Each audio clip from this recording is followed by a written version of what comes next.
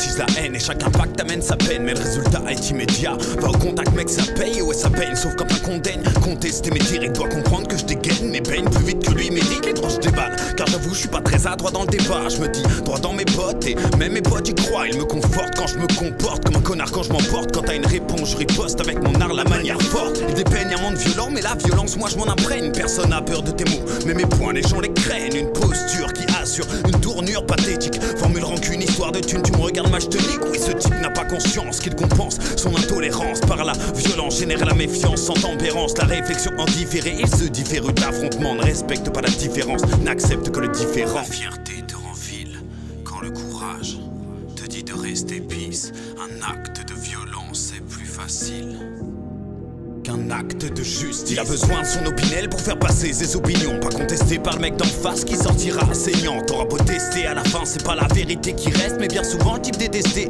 qui est l'auteur du dernier geste. T'auras beau pester le mot dire, inspecter le motif, débecté par le pauvre type qui ne peut être que le fautif.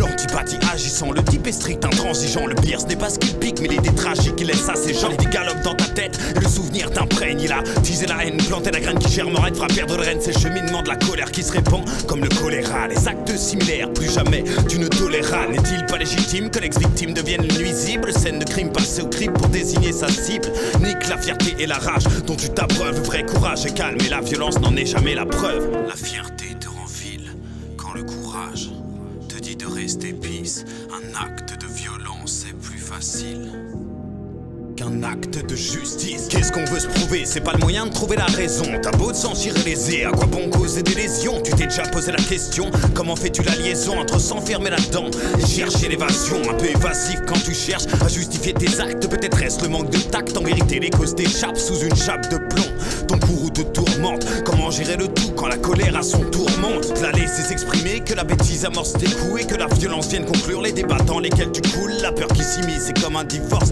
avec le sens même. N'oublie pas qu'un virus tu l'as toujours quand tu le transmets. Est-ce une épidémie qui s'étend ou la nature des hommes quand la logique déserte et que la conclusion désole? Et tous les agissements de la sorte ne peuvent être justifiés. Un raisonnement mortifère mais on continue de s'y fier. La fierté te rend vil quand le courage te dit de rester peace. Un acte de violence est plus facile qu'un acte de justice.